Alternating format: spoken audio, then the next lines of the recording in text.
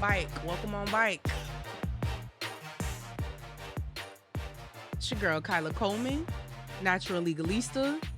Welcome on back to my zone, where we break down stories from the headline with a twist, which is usually humor and gossip. And today we got some good juicy stuff today. So the title of the episode is Lifestyles of the Rich and Plagiarists. I like that name. I know, right? I did good you on that. You need to trademark that. Lifestyles of the Rich and Plagiarists? Yes. Okay, we're going to see what we're going to do. Maybe my guest can help me write a book on it. But today we're going to be talking about B Simone. And for those of you who don't know her, we'll get into the story so you'll get to know a little bit about her. But as we always start off, I have a self-care tip of the week. And my self-care tip is to find time for your friends. To go hang out, do whatever it is that you normally do with your homegirls, check in, text, whatever it is. You got to make sure that you keep a good connection with your friends, especially right now. We are still in a pandemic, even though people forget about that for some reason. And I'm actually calling myself to the carpet on this one because I go weeks sometimes without like really checking in on my friends, and I got to do better at that. Me too. Sometimes I just get into these modes where I don't text or call anybody, and then people are like, "Hey, where's Phil? Are you alive? Yeah. Just let us know you're alive. Do a hand raise emoji." I did it one time. I went to Mexico for 5 days, and I didn't tell a single person. Nah, bro, you can't be going way over there now. You can go to Seminole County, but Mexico and not talk to nobody? I went to Tijuana. Oh, my God, Phil. We're going to do better, though. We're going to do better. I hope. Fingers crossed. Yeah. Well, as you guys always know, I have a guest on the show. And today, I'm going to introduce my friend Kalanda Douglas. So when I met Kalanda, her last name was Lewis. I've literally known Kalanda my entire life. Like, literally, we went to daycare together. Before we could even make memories, we were in daycare together. Kalanda is a wife. She is a mother of 2. She's an author, blogger, radio show host, podcast host, mentor. She does it all. And then she had the nerve to ask me this morning before we got on, how do I do it all? Ma'am, how do you do it all? Why you worried about me? I don't know. Hey, God's grace for sure. For sure. Yeah. And then how old are your babies? My oldest is 6 and the baby just turned 1. He's a September baby too. Hey, so see, you and those ages are like really precious ages too. So you got to be all hands on deck when it comes to that. And you're doing all of these things too. Yeah. It is difficult, but good scheduling, a great husband who understands that my wife is an overachiever. She's very purposeful. And so because he's so understanding, it gives me the freedom to be who I need to be and to play all these roles. So, amen. So that's better than the first marriage that you had, which you neglect to mention every single time. Kalanda got married when we was in kindergarten. What? And she don't never talk about that marriage. Well, it never happened. You know, I got married again in 5th grade too. So this your 3rd marriage. Yeah. So this one, you 3rd time's the charm. Okay, cool. Yeah. Because Ian, Kardashian. Right. Because when she married my homeboy Ian back in kindergarten, like, I don't feel like she did him right, but I don't think Ian was ready, you know what I'm saying, for that lifestyle. And I married George in 5th grade. George had a ring and everything. Oh, you upgraded. Okay. Was it Ian that you married in kindergarten or somebody? I think it was Ian. I thought it was Thomas. Thomas Cox? Wow. We calling people names out. Okay. I don't know his name. See, you don't even remember that marriage. Wow. We're going to move on because you don't even be caring about people like that. But you do. No, but I'm really glad you have a strong support system, Kalanda. I've known you forever. Like I said, before I could even create memories, you were around. And you've always been classy, always been strategic, and just kind of seeing you grow into the person that you are is really, really dope. Thank you. You remain the same, too. You're the same. Well, thank you. Thank you, ma'am.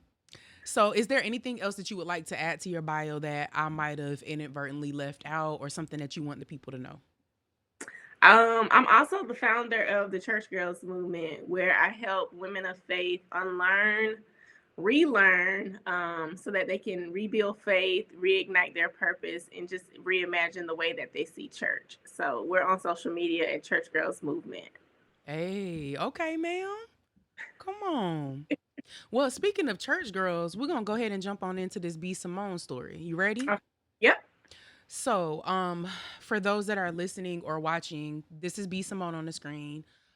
She lists herself as a singer, although I don't know any of her music. Kalanda, do you know any of her songs? No, I didn't know she was a singer. Yeah, she says she's a singer, and apparently there was some movie that she was in that she played Aaliyah one time. I don't think it was the Lifetime movie because I didn't see that one, and that wasn't her. Say what? She played Aaliyah? Yeah, she said she played Aaliyah. I don't recall that one. Where I know her from is social media because she was one of those comedians that kind of blew up behind the scenes doing social media a lot.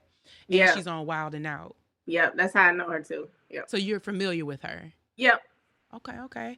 And why I mentioned church girls is when I do research on my stories, I'm able to find little trinkets of information. I didn't know her father's a pastor. Did you know that? No, it's always usually like that though. Like, just when your father is a pastor, the child usually does something like total opposite of what people expect. So I'm not surprised.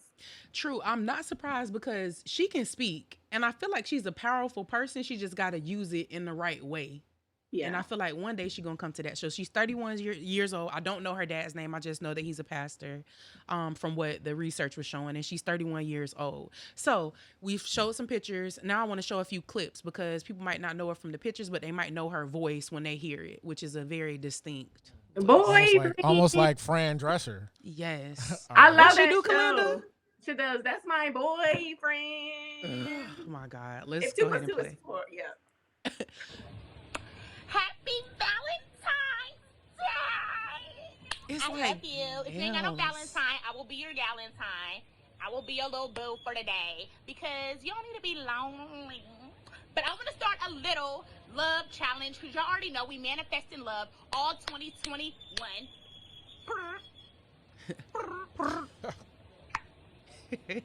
So, women, she is so silly, bro. Out here, bitch.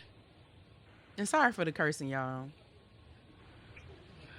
We're manifesting love. Actually, let me go to another clip really quick. All these things we want in a man. A list of.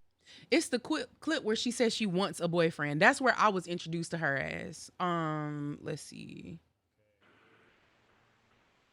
Oh yeah, and she it was a rapper. I like doing that a lot of clips in. Yeah, I like that she embraces her quirkiness. She is different. She's very different. Yes, you know what I think the problem is? I think niggas don't know I'm single. Hello out there. Does anybody want a wife? Oh my God. I'm single. I ain't got no kids. That feel like me inside. I could cook, kinda. I got edges up under this frontal. And do. Your mama gonna love me. People say I'm funny. Is anyone alive out there? Yes, that's how I be feeling. Hello? I give it to her. Like, she put herself out there to be laughed at, but that's how I was introduced to her. And I absolutely love her spirit, but just her voice, I can only take it in doses. He gotta be dark. He gotta be. Oopsie. She was coming back. Yes, but Kalanda, you said you like her voice and stuff? I do, but see, we talked about Fran Drescher. I also like The Nanny, so. Yeah, I have to watch The Nanny. Like, I have to be looking at it. If I have like the TV on and I'm in another room and I hear that voice, I can't do it. I literally have to be sitting there and watching her. I can't. Something about Yes. Kalanda, let me find out you like this kind of stuff, and I never knew that. Yeah, and he sounds like when Phil did that, he sounds like Peter Griffin. Yes, girl, you watch Family Guy? Peter. Yeah. Kalanda, I would never have guessed that. Wow. Holy crap. So B Simone, I cannot with y'all. B Simone obviously is an outspoken young lady. And she recently got in trouble. Well, last year she got in trouble about talking about not wanting a man that has a 9-to-5 job. Oh yeah. I guess, yeah. Do you remember something like that? Yeah, she, I guess, really was looking for an entrepreneur. Yeah. So, yeah, I remember that. I mean, okay, so both of us are entrepreneurs, and we both have worked 9-to-5 jobs. How do you feel about that? Because I don't think I want to date another person that's an entrepreneur unless their business is fully established and it's not in that struggle phase. So this is code for you don't want to date no broke motherfucker. Yes. So if you guys are watching, I don't do broke anymore. Just saying.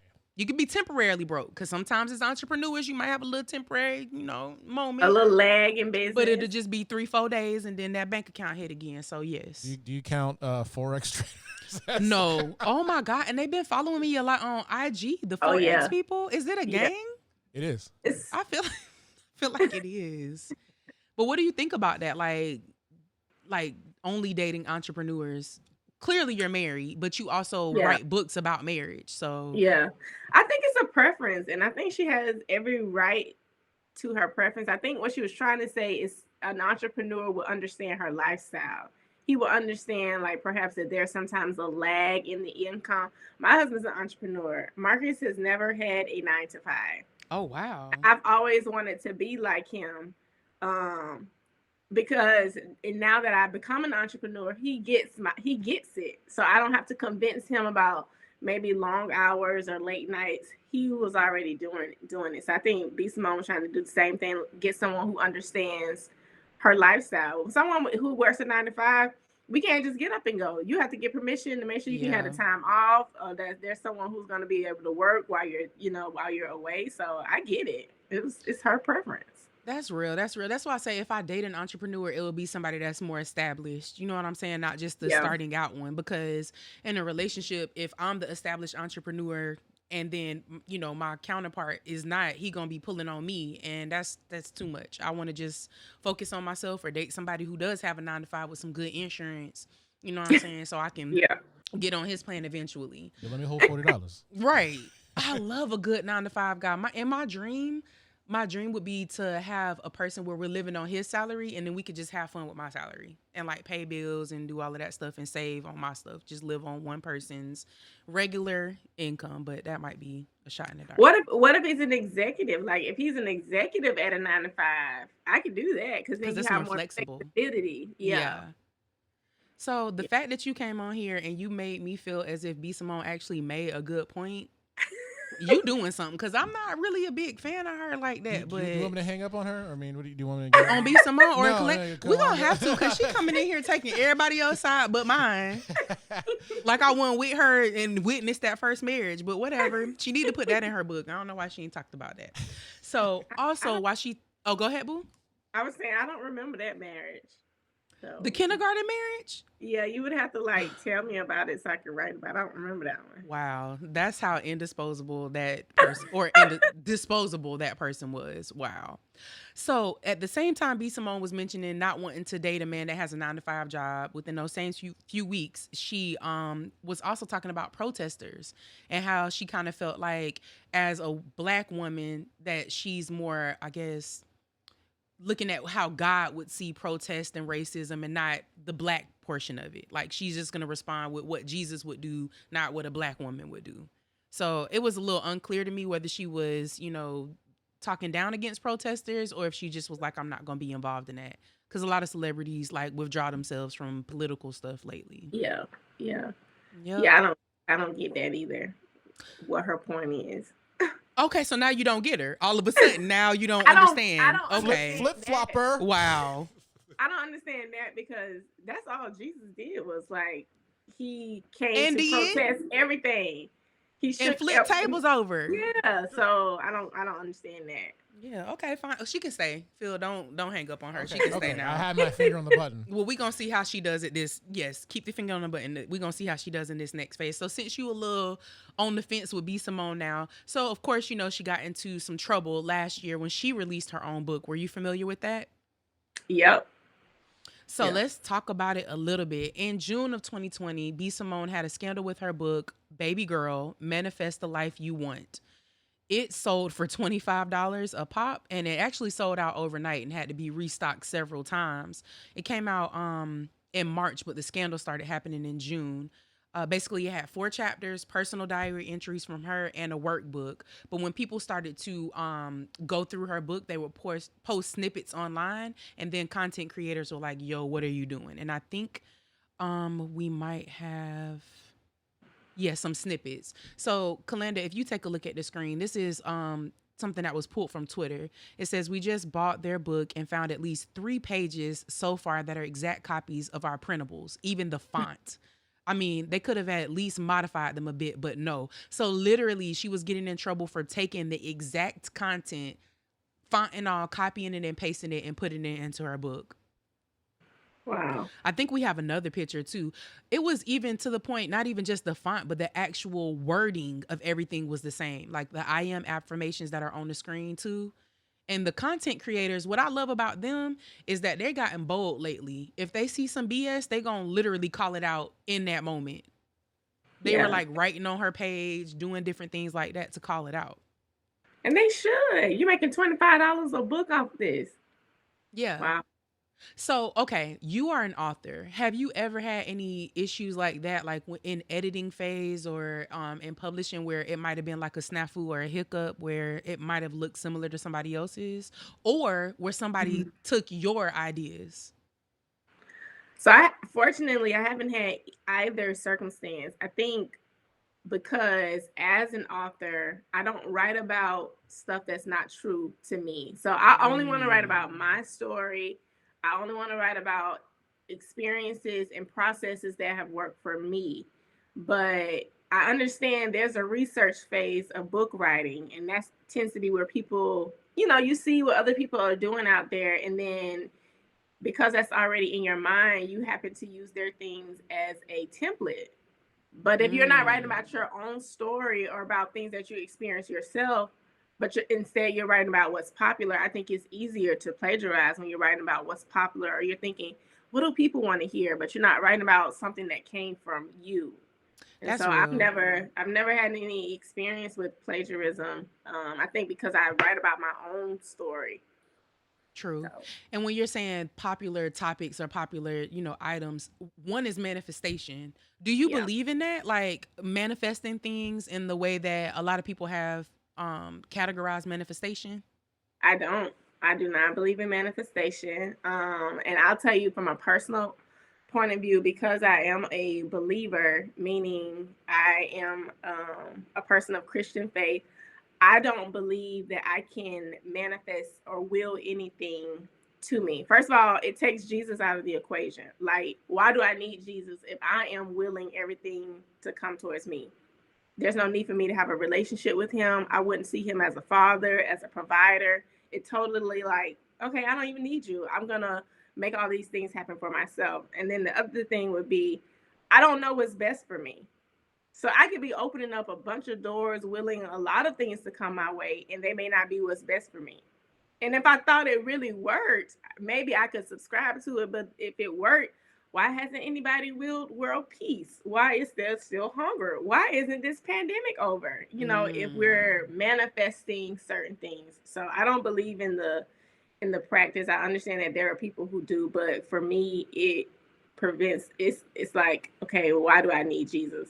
And then, like, the Bible tells me that my heart is wicked. I know I can go from loving a person 1 minute and then hating them the next. I can't trust my own self to make great decisions about what I think is best for me now and 20 years from now, because the person I am now is not going to be who I am in 20 years. So how do I know what Kalanda in 20 years needs by making a decision today about it?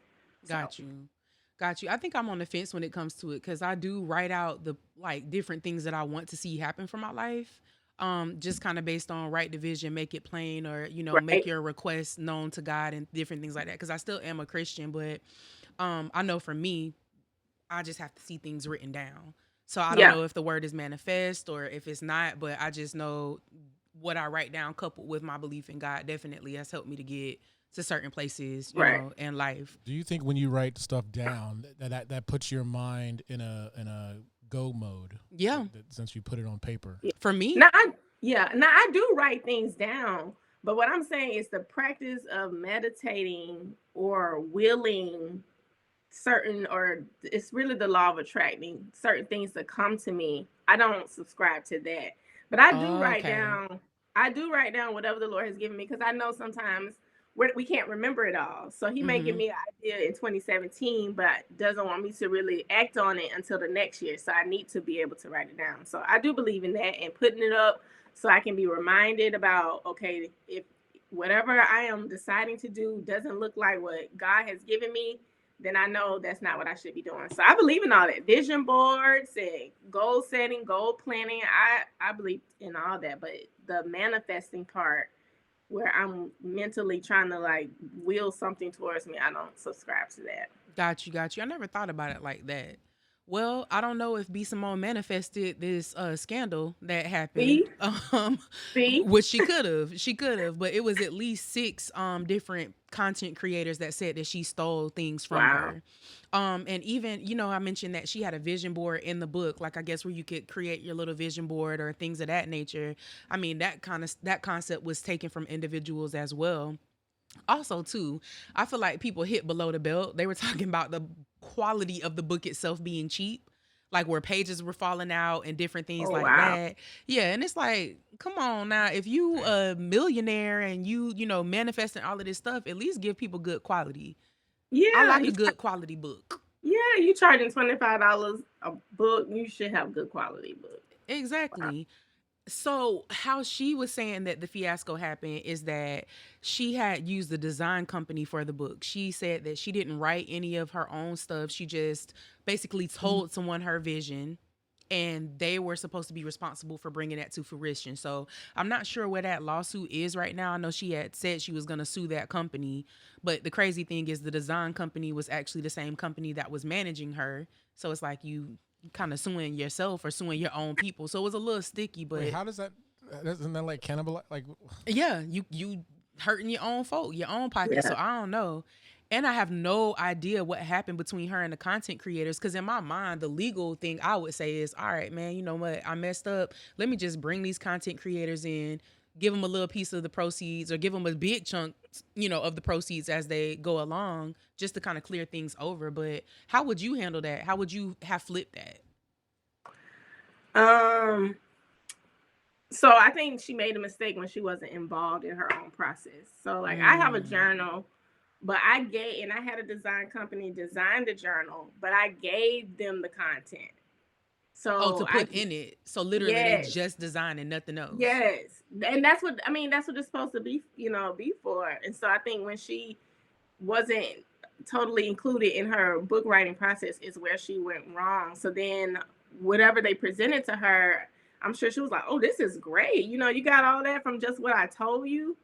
And instead of giving them the content, and my designer strictly like did the font, did the designs, put the colors, but as far as the content, it was all me. And so I think moving forward, she needs to be more involved in her book writing process. But then that shows me that this may not be something that was personal to her. It may be just something she did because it's a popular subject. Ooh. And I don't feel like you should do that to people. Like if people are literally following you and saying, I want the same success that you have, they're looking from a word from you to help them with that success, not just a general cookie cutter thing that other content creators made. Right. How many books have you written? 3 and a journal. And so you write them and then you also publish them too, right? Like you have a publishing company or you use a publishing company? I self-publish. So I write them. I have an editor, and I also use my village, which is a group of readers who I let read it. And then I make changes based on everybody's feedback, and I self-publish. Man, that's so dope. So do you think B Simone missed some portion of that? Like you have a system, you know what I'm saying, set up. So if B Simone had that same system, do you think that this situation would have even happened? I think it would have been definitely avoided. It sounds like to me, she just had an idea. Oh, I want to do a journal about manifesting because I just manifested. I don't know if this is after she manifested her millions or whatever. And so I want to give people an opportunity to do the same thing. And so it sounds like she just had an idea, told somebody who this is their job is to design books. And so they created this based off her idea, but it didn't sound like she had any content because to me, in my opinion, she was not involved in this process at all. And I think this is the problem when we're listening to people who are giving us and telling us how to do stuff, but they haven't had any actual experience in this area. So, you're trying to tell me how to manifest millions, but you got 6 other people working on your business for you. Tell me how to manifest millions without, as a person who doesn't have a staff. Right. How did you personally, what did you do every day? What affirmations did you use? What processes did you go through? But you got 6 people working for you. That's not the same. Right. And even if you have 6 people working for you, how did you get to that point? Like, what did you have to do? Do I have to have 6 people working for me in order to be a millionaire? Is that what normal millionaires do? Because her net worth is about 1.5 million, which is on the low end, but it's still more money than I have at the moment. Right. So she's new to it as well. So she might not have been in the best position to give that kind of advice because she wasn't as established yet. Right. You're trying to encourage me or give me this is what I did, but you're talking from the mountaintop. Tell me about what you did in the valley. Step 1, what did you do? And then I think that's what resonates with people. And nobody can plagiarize that because nobody was there during your late nights, your early mornings, when you cried, when you screamed, the times when you wanted to give up. You can't plagiarize that. But if you're going to tell me about what success looks like from the top looking down, that's everybody saying the same thing. Exactly. That's why we have so many books about how many keys or steps to success. It's because those are the people who are telling their stories from a certain point of view instead of telling us your actual personal experience. So. You better preach, Kalanda. You better preach. You hear me? So you've already given some really good advice just in general, like about writing a book or what steps should be in place for you to write a book or to give, do whatever it is that you want to place in written format to help others. But what's some other advice that you would give to people for writing their first book? So I would say make sure it's a book first, because I've met with people and I've been like, sis, this is not a book. This is something you can get up and discuss and, and keep going. How do you know the difference? If you don't have any content to add to it.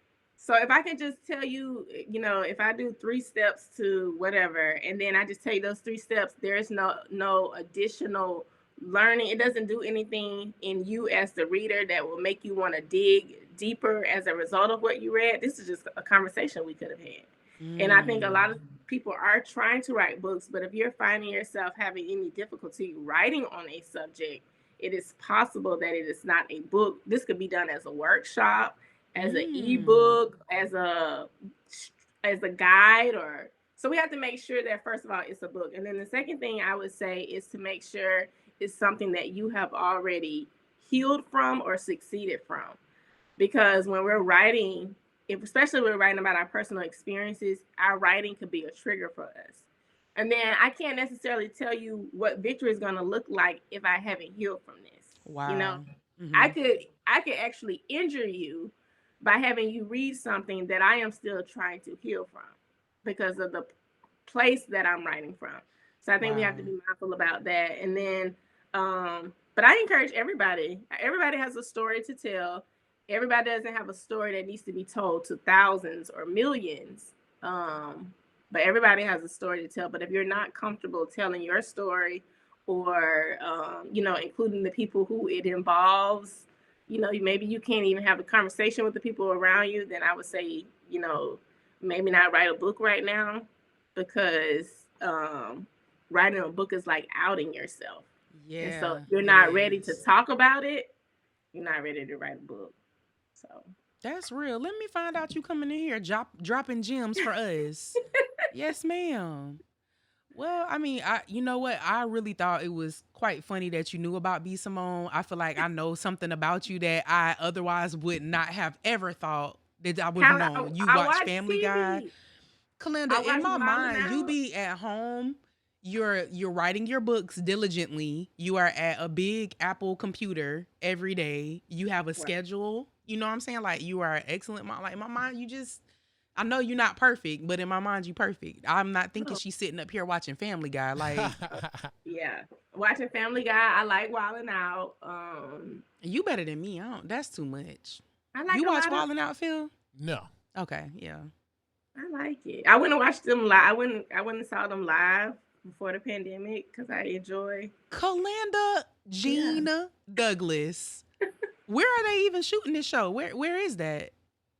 Well, when they did it live, it was here in Jacksonville at the arena. Okay. It was good. I've had friends who go and sit in the studio audience, and I was trying to do that before the pandemic. Kalanda, this is not. I did not know that. Wow. Okay, well, I'm gonna tell Nick Cannon to look out for you. You know, I don't know him, but I'm gonna tell him to look out for you. Yeah, please.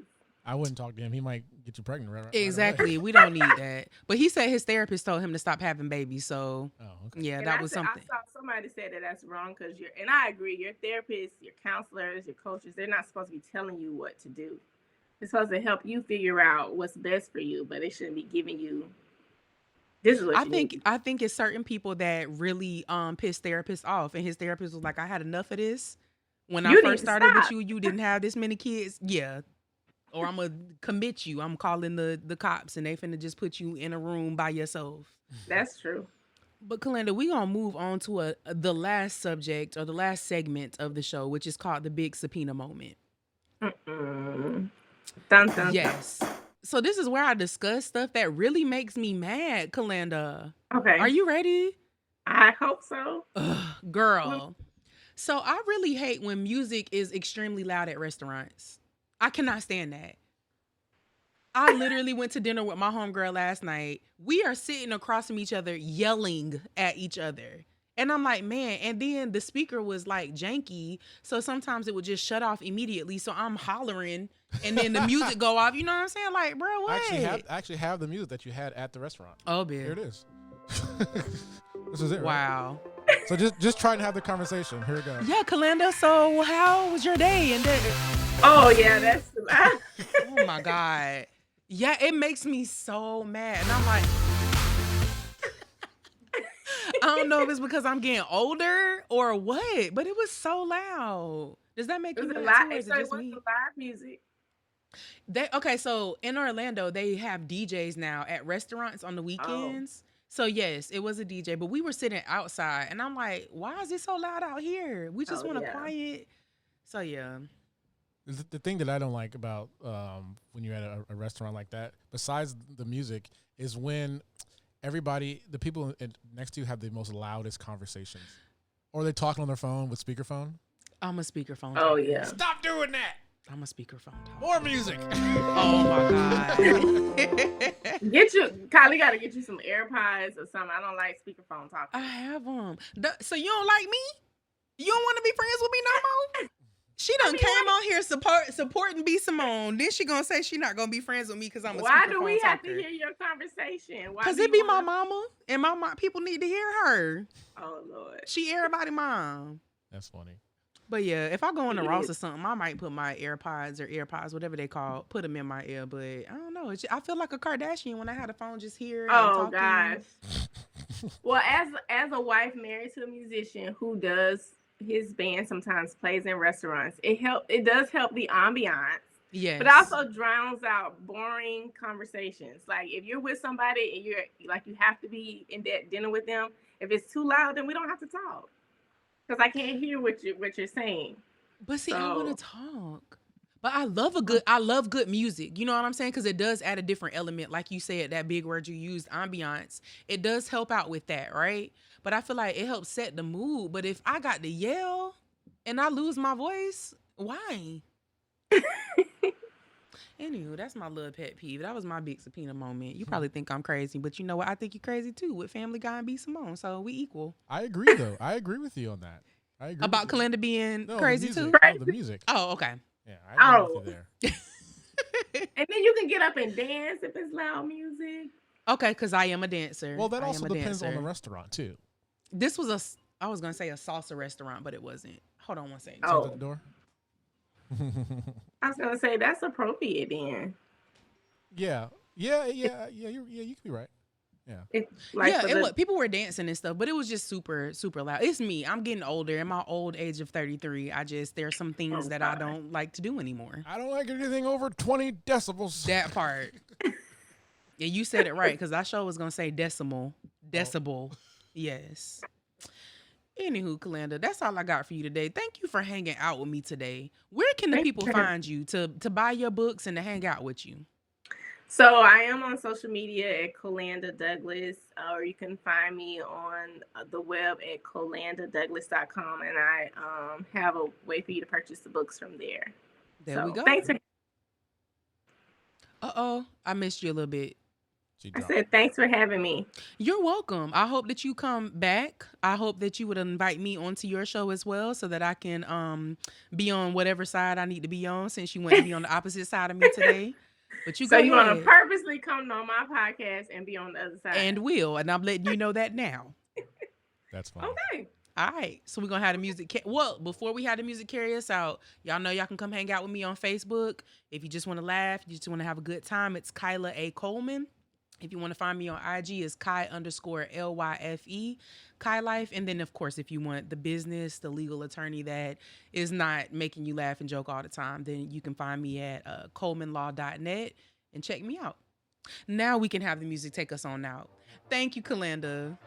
Thank you. You better dance, girl. Yes.